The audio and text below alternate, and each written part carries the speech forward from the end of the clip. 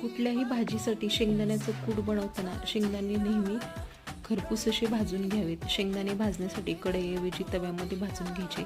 तव्यामध्ये हे व्यवस्थित पसरवून एकसारखे भाजता येतात आणि हलवता पण व्यवस्थित येतात आणि छान एकसारखे भाजले जातात.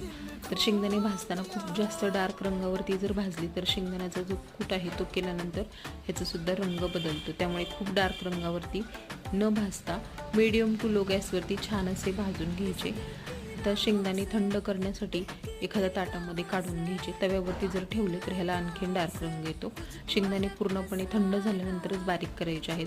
जर तुम्हाला ह्याची साल काढायची असेल तर थंड झाल्यानंतर चोळून ह्याची साल काढा लगेच निघते.